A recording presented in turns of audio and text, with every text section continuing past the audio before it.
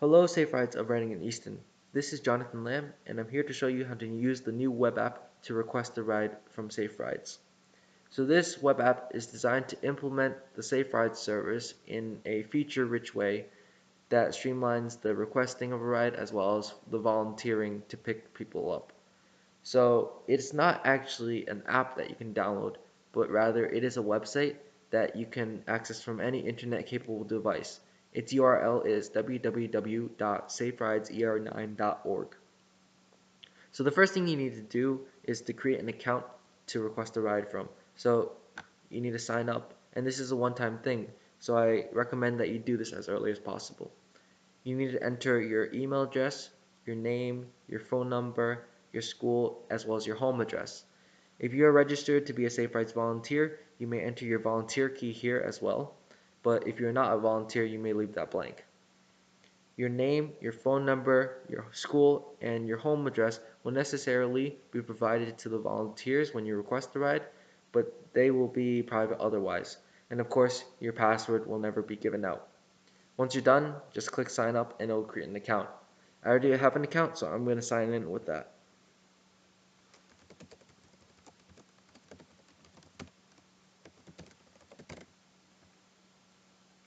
Okay, so you can see here the default page is the profile page. But if you go to the menu and you go to the second tab, which is the request tab, this is the important one for you. So to request a ride, the first thing you need to do is enter your current location. This is where you will be picked up. So if, for example, I am stuck at the school, I will enter in the school's address. And hopefully the school's location should pop up on the map below. If it does not, make sure you typed in the address correctly.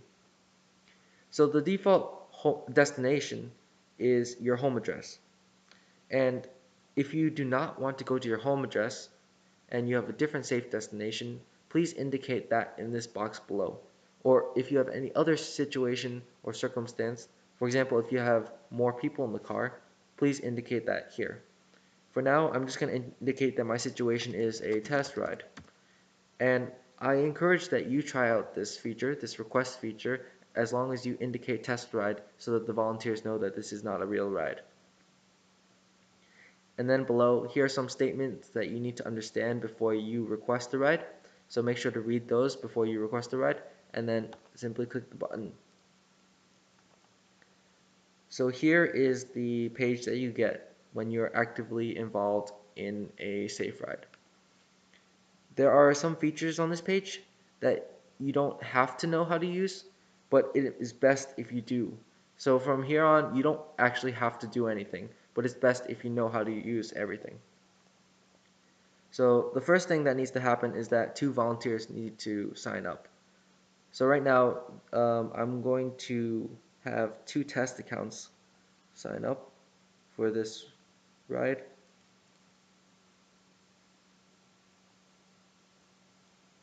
And there we go. So test 0 and test 1.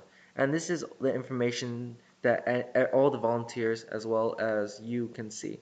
So it shows the message that you put in, and I just said test ride, my name, my phone number, my school, my pickup location, which I just entered, my drop-off location, which is the home address that I entered when I signed up, as well as the volunteers' names. So there are 3 menus here, and the last one is probably the easiest to understand. It's a simple chat, so it's a sustained communication between you and the volunteers. So if the volunteers, for example, say, "Hi from Safe Rides," it should pop up on your screen just about now. And if you say hi back, "Hi, thanks for picking me up. No problem." As you can see, it's a simple messaging system.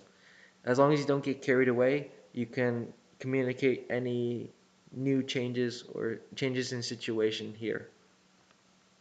The second box here is a map, and it just shows your pickup location, your drop-off location, as well as the meeting place for the volunteers. And this is mostly to help the volunteers, but if you'd like, here is a link to Google Maps that has the directions for the entire route, so you can estimate how long it will take for them to reach you. And then the last thing here is a list of checkpoints. And these are the 4 checkpoints that happen on every ride request. First of all, the volunteers have to leave the meeting place. Secondly, they have to pick you up. Thirdly, they drop you off. And fourthly, they return back to the meeting place. And then the ride is over. So these checkpoints are just to ensure the safety of all the rides and for official logging.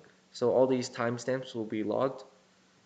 Again, you don't have to do anything, but it's just helpful if you want to see where the volunteers are. So right now this indicates that the 2 volunteers have not yet left the starting place. But when they check it off, you will see a green check, and that means they are on their way. And then so on and so forth. So this means they're on your way to pick you up. When they click that, that means you are on your way to be dropped off. And then you've been dropped off, and then you've returned to the starting place. And then it returns you back to the request a ride page. And that's about it. Again, this service, this website, is meant to be used whenever you have an internet connection, and it is meant to be an easier alternative to using the phone. But of course, if you do not have an internet capable device, or if you do not have internet connection, do still use the phone fallback. So if you have any questions about how to request a ride or how to sign up or any other site-specific questions, please contact me, Jonathan Lam, at jonathanlamdev@gmail.com. If you have any general questions about safe rides, please contact Lucas Urban or Michael Klein-Wassing, the leaders of Safe Rides. Thanks for watching, and drive safely.